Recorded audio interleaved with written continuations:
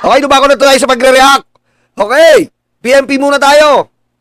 PMP, iniligtas ang isang inabandonang bagong silang na sanggol sa Cebu City. Ayun nga po, ito po, halos tatlo po ang inabandonang sanggol sa iba't ibang lugar sa Pilipinas. Pag mag-ano kayo, hindi puro sarap lang. Aray ko. Hindi puro kayo sarap. Pagdating na nilabasan na yung bata, ayaw nyo na. Salbahay mga magulang to ha. Ayan po ha, nailigtas po ng PMP ang inabandonang sanggol. Puro kayo sarap. Aray ko. Di ba? Mga salbahay yung mga magulang na ganyan. Yung iba inaabandona yung mga anak eh. Di ba? Nung ginagawa nyo, napapaye kayo. Yeah! Di ba? Nung ano kayo, nung ginagawa niya, napapa-a kayo. Yeah! A. Aray ko. Tapos nung, nung mga anak na, iiwanan nyo. Napakasama na ugali nyo. Ano yan, kumbaga, 1,000,000 kasalanan niya sa Panginoong Diyos. Tandaan nyo yan. Napakasama po niyan sa ating Panginoong Diyos. Sa kinikilala nating mga Diyos. Napakasama po niyan na i-abandona mo yung biyaya yan eh. Biyaya ng Diyos yan. Yung iba nga, hirap na hirap magkaanak kayo, abandonayin nyo. Puro kayo sarap! Puro kayo sarap ha. Nagigigil talaga ako sa mga ganitong tao eh. Diba? Pagka pakita ko sa inyo, may kami dito eh. May mga inampon nga kami dito eh. Foreigner. Hinang po kami dito, foreigner. Si Kulot. Ayan po saludo po sa PMP. At walang iya yung mga magulang niyan eh. Sinagip po ng PMP ang isang abandonadong baby na natagpuan po, na nilagay lang po, nilagay lang sa isang parang nilagay lang po sa isang eco bag. Grabe no? Nilagay lang sa eco bag. Napakasama ng magulang na to. Saludo po sa ating PMP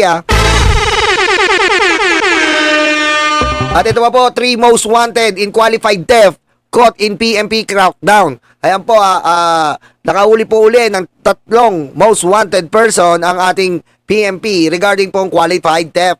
In a decisive display of law enforcement efficiency, the Philippine National Police successfully arrested 3 of the country's most wanted individuals involved in multiple counts of qualified theft, securing justice and strong message against criminality.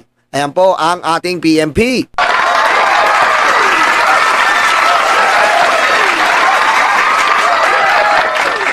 Ayan po sadali lang. Tubig, barley. Tubig. Ayan ayan po, nahuli po ng ating kapulisan. At shoutout po sa ating kapulisan. Gaya nga po ng sinabi ko, 1% na lang po. Tandaan nyo to, ang kidnapping po sa ating bansa, 1% na lang po.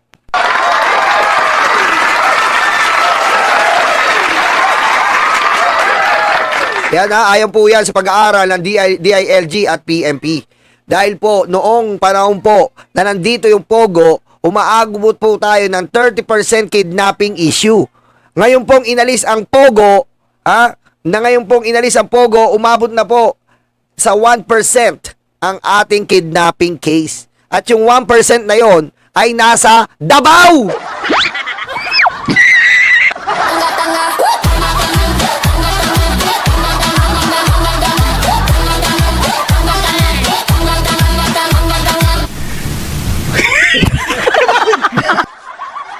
Opo, tama kayo. Yung 1% na yon nasa Davao. Dahil may nawawala pong 14 na tao sa Davao. Dapat 0% eh. Naging 1% pa dahil itong Davao may nawawalang 14 na tao. Sa Davao naman po, kitang-kita nyo naman, napakadumi. Napakadumi ng Davao. Konting ulan, lagpas tao ang baha. Bakit? Adik! Bakit? Adik po kasi ang namumuno. Kaya sasabog-sabog at walang ginagawa sa Davao.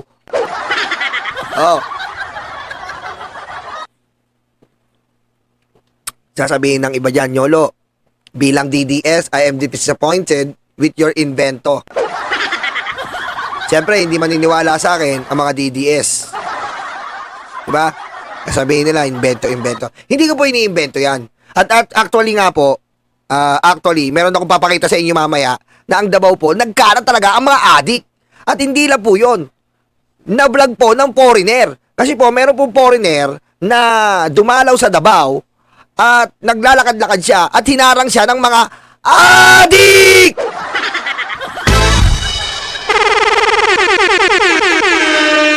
Adik po. At eto nga po siyempre sabihin ng iba, eto po, papakita ko sa inyo. Ayon po sa isang statistics, eto po papakita ko sa inyo. Tayo naman po dito ay, ayan po Davao City, pinaka-unsafe na lugar sa Pinas. Dahil sa matinding pagbaha na halos umaabot sa lampas tao sa simpleng pag-ulan lang. Nagkalat din ang mga durugista! Yan po, ayon po yan sa Wow Pilipinas. Ayan po tama naman to Davao po ang pinaka-unsafe. Kinakabahan po ang mga tao dyan sa konting pag-ulan. Di ba? Kasi nga po, walang ginagawa yung mayor. Kundi pumasok ng alas 2 ng tanghali dahil kagaling po sa Shabu. Aray ko. Diba? Kagaling sa Shabu. Siyempre tanghali ka na magigising. Minsan nga wala pang tulog si Mayor Sobrang sipag daw Sobrang sipag ni Mayor. Kakabaril ng mga Yan po Davao. Pinaka-unsafe na lugar sa buong Pilipinas. At nung nakaraan lang po, tignan nyo po sa mainstream media, Davao, pinaka-traffic sa buong Pilipinas. Sasabihin na naman, YOLO, masyado ka ng net inventor. Hindi po ako na net inventor. Ayan tignan natin, saan ba yun? News 5? News 5 yata yun Tingnan natin sa News 5. Meron pong article dito na ang Davao po ay tinala na naman tayo sa buong mundo. Andito yun Tingnan ko po, makikita ko Pasok po sa number 3 po tayo sa pinakamatraffic. Yung po ay sa Davao. Kaya nga po si General Torre di ba? Huling-huli po ni General Torre ang Alenyolo. Huling-huli po yan ni General Torre nung kanya pong ayan baka sabihin nyo internet inventor. Davao City, most traffic congested city sa PH. January 22, News 5. Tayo naman po ay nagre-react base po sa mga datas and really accurate news that we have seen in this mainstream media and other platforms. Okay? And in this article, we have read Davao City is the most traffic congested in the Philippines. Another record that Davao is really be proud of. Di ba? Kaya ipagmalaki nyo po ang Davao. Ipagmalaki nyo ang mga Duterte. Kita mo? Ayan po, article yan ng News 5. At yung kanina po sa Wow Pilipinas, anong sabi? Pinaka-unsafe sa buong Pilipinas ang Davao. Anong sabi ni General Torre? Peke ang mga record sa Davao. Bakit? Dahil po dinuduga. Wala daw rape. Putek, araw-araw may nire-rape sa Davao. Dahil po, binabago nila ang logbook. Sa pamumuno po, nakakutsaba nila dyan, PMP, na mga direktor noon. Huling-huli yan ni General Torre. Nung panahon po si General Torre ay CIDG.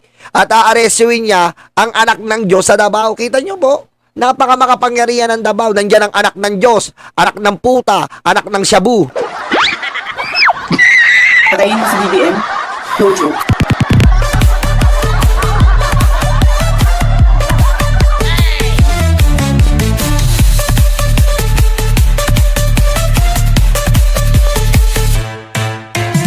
Okay, dumako na po tayo dito. At dito po sa mga hayop na nag-file ng impeachment complaint, dito po sa ating Pangulong Bongbong Marcos. Dahil nakakatawa po tong mga to. Pinipilit po nila, lalo na po to si Mike Defensor. Mike Defensor, huwag kang magkukupal-kupal. Ang asikasuhin mo, Mike Defensor, ilabas mo si Gutesa. Di ba? Ilabas mo si Gutesa. Natandaan mo ba yung sinabi mo? Ayaw mong makisali dito. Ayaw mo nang mamuliti ka. Pusang ina ka. Tingnan mo, ikaw pa bumabandera sa impeachment na pagpapasa kay BBM. Huwag mo kami loko-lokohin. Ha? Bata ka ni Arroyo. Hello? Hello, Garci? Dagdagan mo nga ng 100 million ang boto ko dyan. Aray ko. Oh. Nakatandaan nyo yung sinabi ni Mike Defensor? Huwag na natin kukuhanin pa, pero may mga video na nagsabi niyang, nung lumalabas po si Gutesa, anong sabi niya? Lumapit lang sa akin si Gutesa. Yung pala, ngayon, nare-realize na natin at talaga naunawaan natin, ginamit niya na si Gutesa para umentra na naman sa gulong dito ngayon. Para magkaroon siya ng place, para makita ng tao na irrelevant daw siya.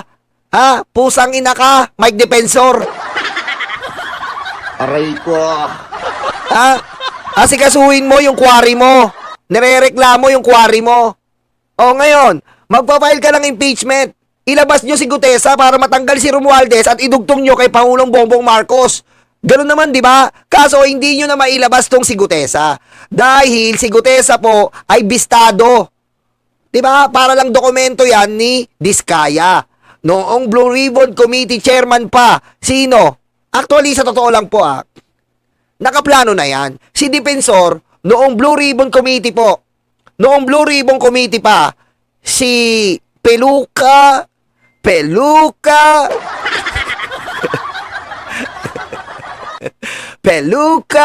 de Polgoso, Moco Loco. Aray ko. Nakaplano po yan. Kukwento ko lang sa inyo at bibigyan ko po kayo ng analyzation from this moment, okay? Nakaplano po yan. Nakita nyo, plinano ni Peluca de Polgoso, Moco Loco na magbigay ng affidavit etong mga Diskaya na palalabasin lahat ng congressman. Walang involved ang mga senador. Ayun po ang plano ni Peluca de Folgoso, Moco Loco. Yan po yan. Yan ang plano nila. And then, natanggal. Ngayon, nasira ang plano. Yung affidavit ni Diskaya, nalaman nating peke. Kaso, nag-uusap na yan si Defensor at Marcoleta na ililinya nila yan, yung script na Gutesa Defensor. Ililinya nila yan. Kaso napalitan ng Blue Ribbon chairman. Kaso no choice. Akala nila uubra kay Lacson etong naunsyami nilang plano nila Marcoleta. Naunsyaming plano yan. Nakalinya yan Una muna, affidavit ni Diskaya. Pangalawa, lalabas si Gutesa para idiin si Romualdez. Nakasetup yan. Hindi niyo po ba napapansin? Oh, di ba? Utak lang gagamitin nyo. Akala ni Peluca de Marco Moco Loco. Akala niya hindi siya mapapalitan. Napalitan siya. Naayos na yung script Naayos na yung script ni Gutesa Kasi, kung ganun yung script nila, kita nyo, walang problema kung siya ang Blue Ribbon Committee, kung si Peluca. Wala pong problema. Diretsong e-expose yun. Pero napalitan. Akala nila kakagatin ni Lacson yung script nila ni Defensor at Gutesa. Pero kung si Peluca po ang chairman ng Blue Ribbon, abay lusot. Napansin nyo? Kasi lulusot po yun. Bakit? Yung affidavit po ni Diskaya, tinuturo si Romualdez, then palalabasin nila ni Defensor si Gutesa, ituturo si Romualdez Saldico, lusot na. And then, madudugtong na sa ating Pangulong Bongbong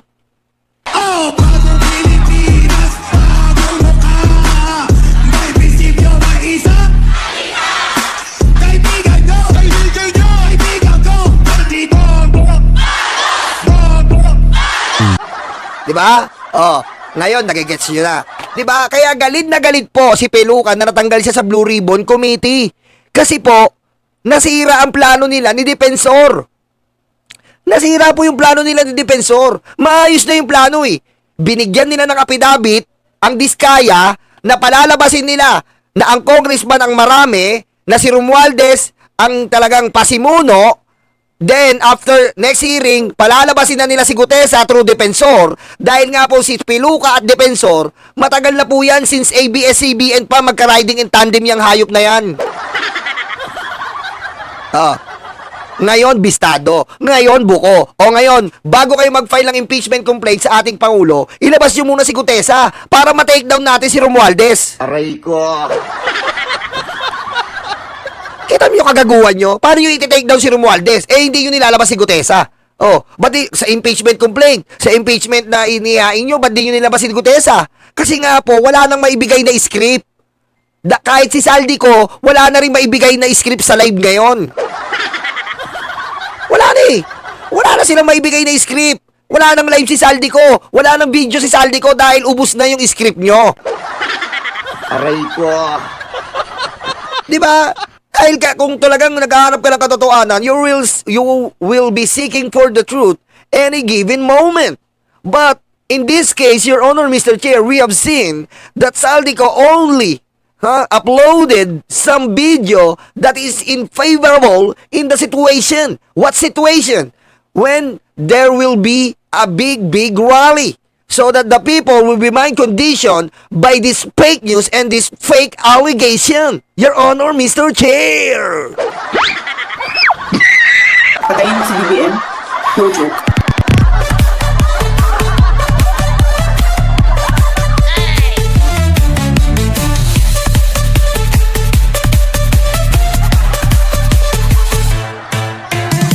Okay, I'm sorry if sometimes I really need to access my foreign languages because some of my subscribers is foreign languages. Especially Ma'am Jem Baracao, Mommy Chris Rose, and Daddy Armin, Mommy Irene, and Mommy Shelo, and Daddy Nestor in Canada. Because sometimes they didn't understand my local language, which is the Tagalog, because they're not really, used to it. So sometimes I shift. I ship. Not minor. No, minor. Minor is not good. We must be adolescents.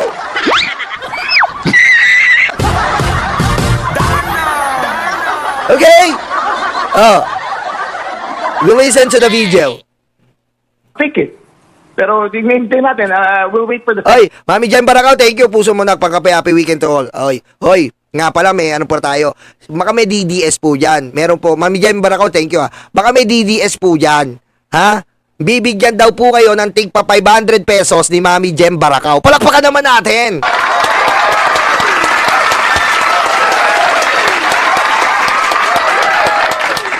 Bibigyan po kayo mga DDS ng tigpa 500 pesos ni Mami Jem Baracao kahit ilan daw po kayo. Pero may twist. Bibigay niya sa akin, sasampal ko daw sa mukha nyo. Ayaw nyo ba nun? Diba? Ayaw nyo po nun? Diba? May 500 pesos kayo. Libre mula kay Ma'am Jem Baracao. Each kahit 1,000 daw kayo. Wala problema. 1,000 DDS bibigyan niya. Pero isasampal ko daw. PM nyo lang ako ha. PM nyo lang ako para malaman daw ni Mami Jem Baracao kung ilan yung papadala niyang pera. Ha? PM nyo ako sa mga DDS kung ilan po ang gusto nyo makatanggap ng 500. Sasampal ko lang daw po. Ayaw niyang iabot eh. Gusto niya daw. Sir, DDS ako. DDS ka. 500. Pak!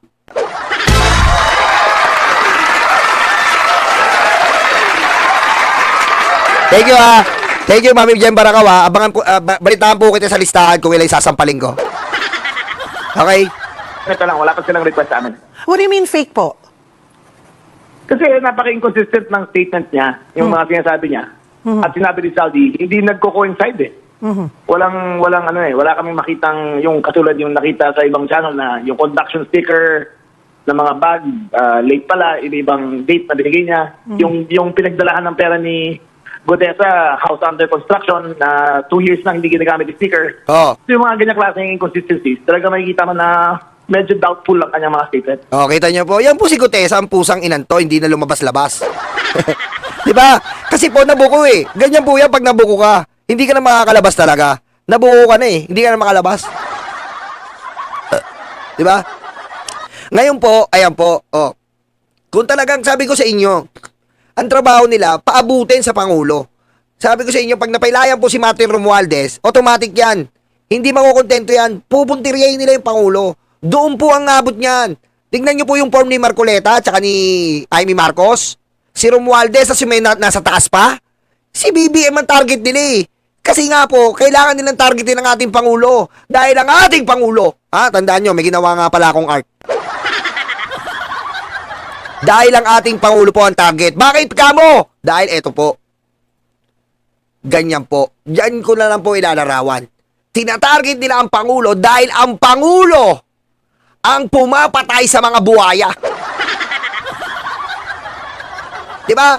Ito pong buhaya, ayan po ang art na ginawa ko. Ito pong buhaya, kagat-kagat niya po ang bandera ng Pilipinas. Kasi po, kapag may korupsyon, kapag may mga buhaya, nasisira po ang Pilipinas. Si BBM po ang nagtatanggal diyan sa kinakagat ng buhaya na sumisira sa Pilipinas. Papatayin ni BBM, uubusin ang mga buhaya. Tama mali? I don't know.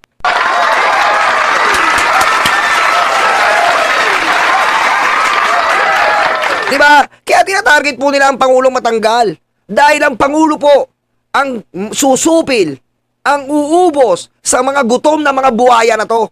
Sa mga halangang kaluluwa, sa nagpapahirap ngayon sa atin, sa mga pinaghirapan natin sa ating pagtatrabaho na kinakaltas na sa atin na wala tayong magawa kundi sumunod sa patakaran ng gobyerno. Pero mismong ibang tiga-gobyerno po ang nagwalang ya sa mga pinaghirapan ng taong bayan. Buti na lang po, meron po tayong ganito. Meron tayong Presidente Bongbong Marcos na walang takot yakapin sakali ng mga buhayang ito at masabing mahiya naman kayo. Yan ang Pangulong Bongbong Marcos. Ganyan po siya kagaling. At pakinggan po natin ang sasabihin ni Jinky Luistro. Jinky, pasok. Sakali. Anyway, so next week pa ho kayo, no, Congresswoman, no? Magko-convene muli ng regular. Yeah, Yes. we will be resuming January 26. That is why wala pa kaming Alam nyo, kahit ilang impeachment nyo, matalino po yung hawak na Commission on Justice. Because I would like to state the fact, Your Honor, Mr. Chair, that the committee or the Committee on Justice is brought to you by Jinky Luistro. Okay? The Committee on Justice, Jinky Luistro, handle it. So, this lady, the beautiful lady, the Congresswoman of Batangas 1st District, Jinky Luistro, do you think Jinky Luistro, in her state of mind, thinks that BBM is impeachable officer? Did you even think about that, DDS? Are you so stupid? Stupid. Huh? Do you think Jinky Luistro, the beautiful lady from Batangas, will impeach Bongbong Marcos? Do you think that? So, any impeachment complaint will go in front of Jinky Luistro because she is the Committee on Justice. Mother, father. Aray ko. opisyal na balita. Oo, tama, tama. The House members are in their respective districts nowadays, no? So hindi pa kami nagkakausap-usap, wala pang nagko-convene. Okay, tama ang sinasabi niya. Makinig ka, libiste. Ang mga congressman ngayon ay nasa mga distrito, kaya binibigay yung MOOE. Kung di ka ba naman bobo, yari ka na ngayon. Tignan, nako, mamaya talakayin natin. Tatanga-tanga talaga tong batang to. Ayoko ng, yung anak ko, yung mga inanakan ko, meron po ako ngayon mga inanakan. Sabi ko, pag lumabas yung 4 na batang yan, huwag kayong uminom ng Promil, ha? Ha? Sabi ko sa mga asawa ko, huwag niyong painumin ng Promil yan. Ha? Gusto ko, padidein nyo. Gaya ng ginagawa ko, padidein nyo.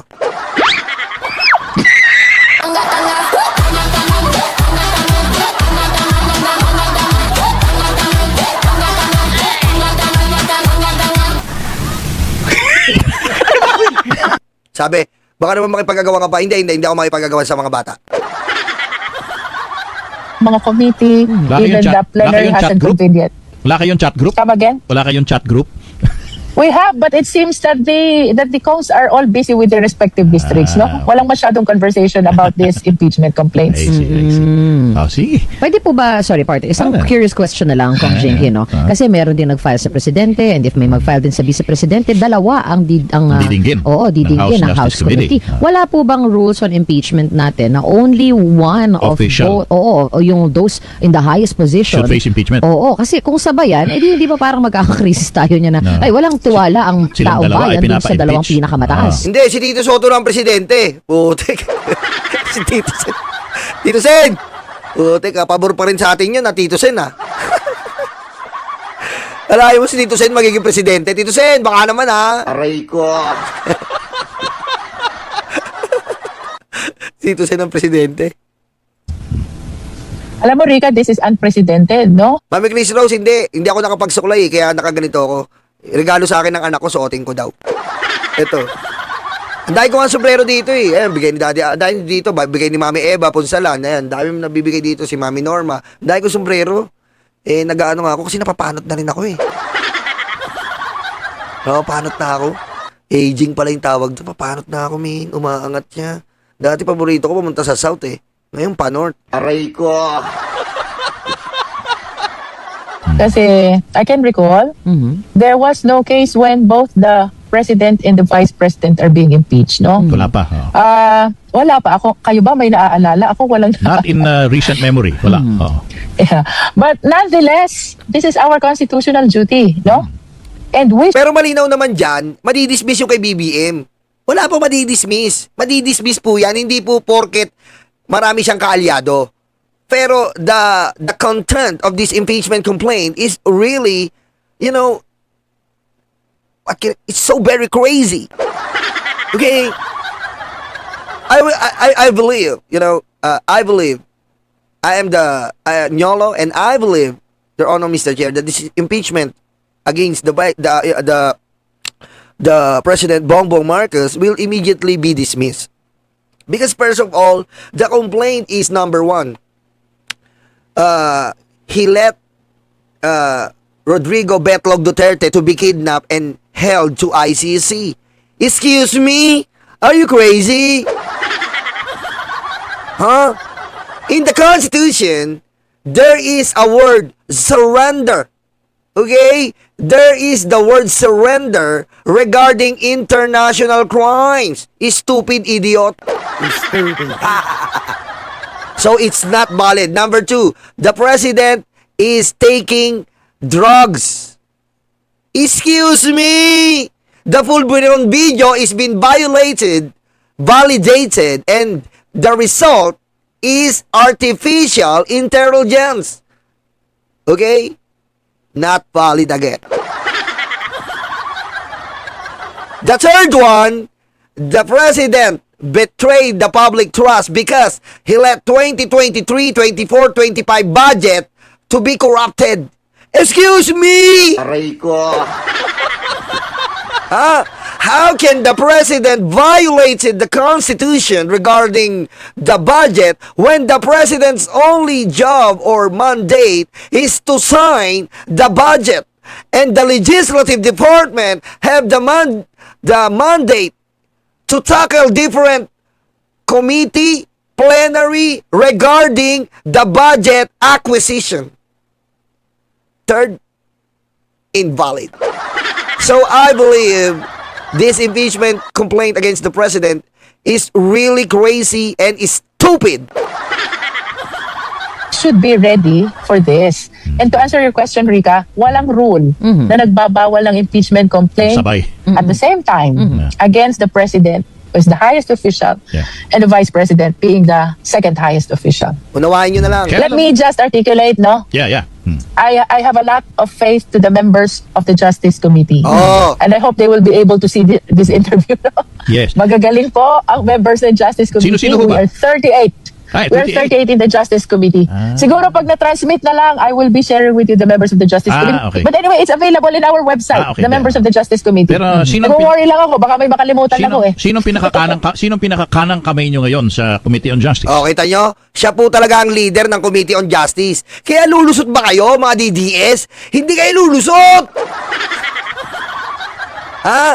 Hindi kayo lulusot kahit sa uyukot! Aray ko!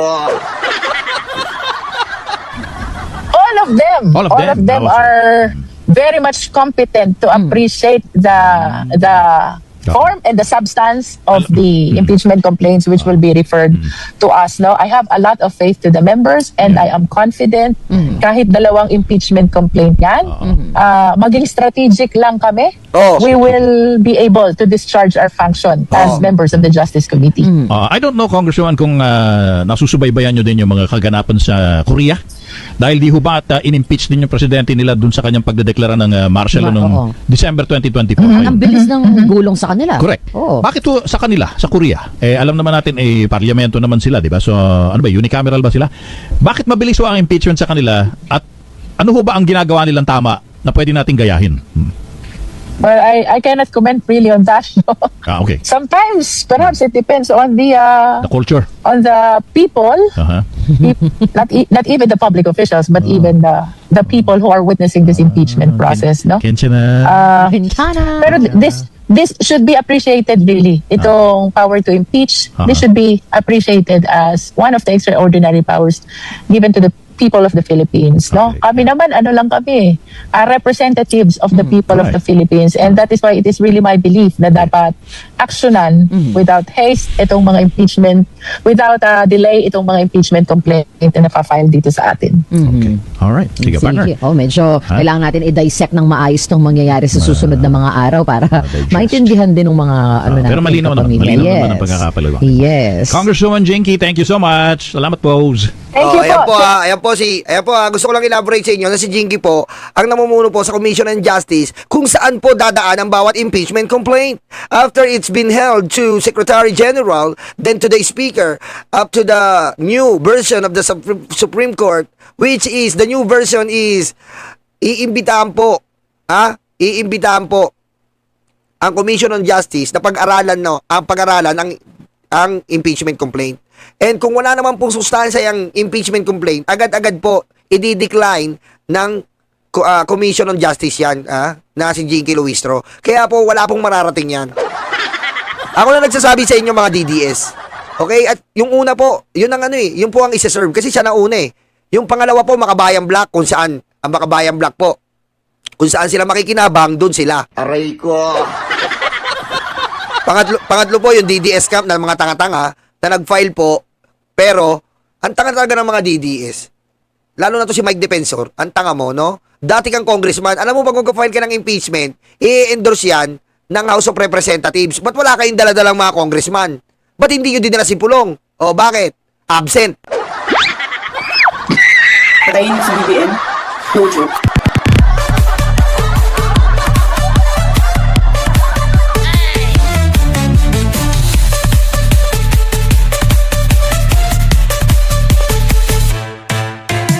O, di ba? Absent kasi si Pulong, kaya hindi nyo nadala. Paano magiging valid yan? Wala kayong daladalang congressman. Tapos meron pang isa abogado doon, parang may sira ang ulo. Kung ano sinasabi, abnormal yata yun eh. Ewan ko sinong abogado yun, tatawa ako sa itsura. Parang may sayad ang ulo eh. Kung ano, eto na kami. Magpapail na kami ng impeachment sa'yo, BBM. Yari ka na, BBM. Parang tanga. Sino ba yun? Nakipakinggan nyo ba yun? Yung abogado yung ngayon? Eto na kami, BBM. Magpapail na kami sa'yo. Ble, ble, ble, ble. Aray ko. Parang abnormal. Mga, basta naging DDS ka talaga, magiging abnoy ka eh. Aray ko. Sino ba yung abogado na yun? Putik, anong, sa ba kumapit ng abogasya yun? Sa ba kumapit ng abogasya sa STI? Aray ko. Sino ba yun? Sino ba yun? Yung abogado na yun? Ang tanga.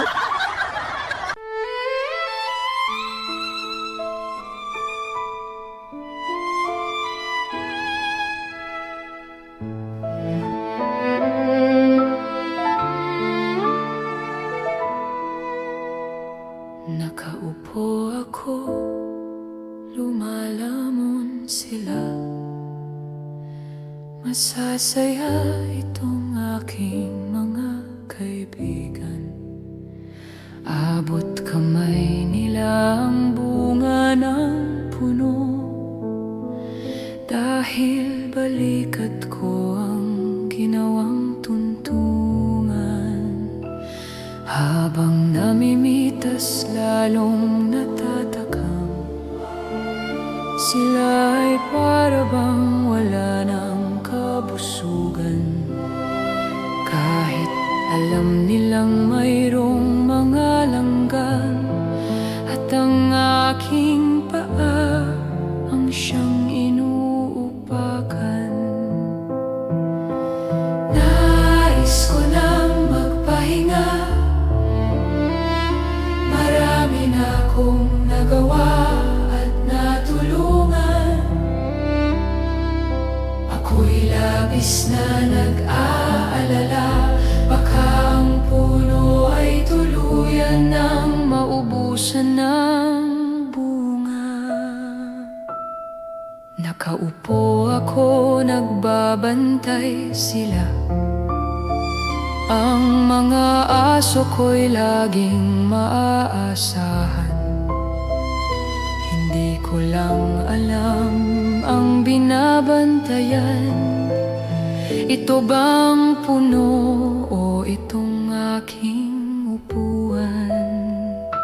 Itali ko kaya sa bahay ng langgam? Maglilingkod ba o maghahari-harian?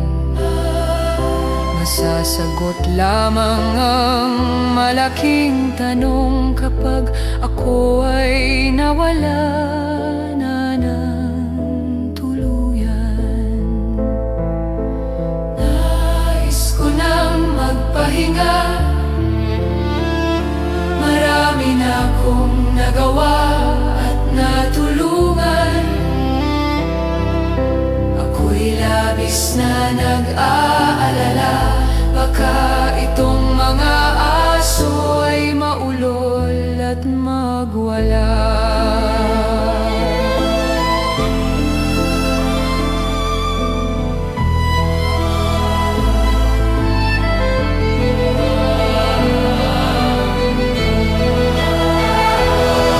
Daming naupo, walang solusyon. Daming nangako, naging ilusyon. Ikaw ang sagot-sagot sa aming tamong-tamong. Ikaw ang boses sa aming bulong.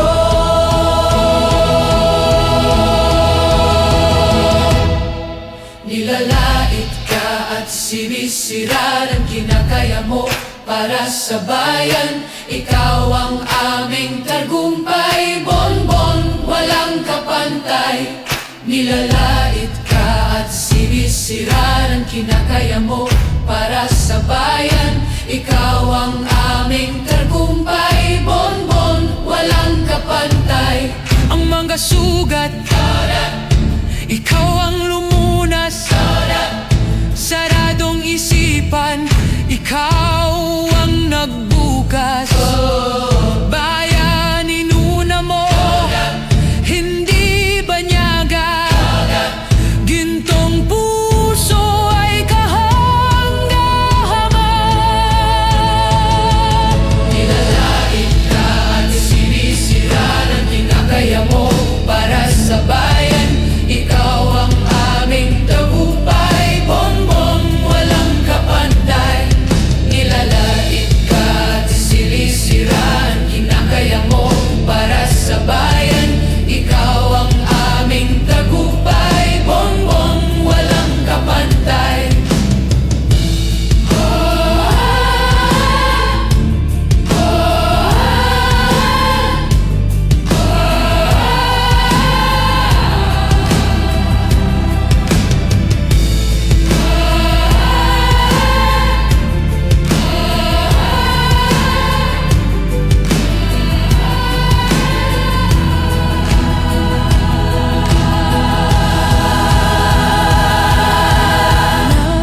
Nais ko nang magpahinga, marami na akong nagawa at natulungan. Ako'y labis na nag-aalala, baka itong mga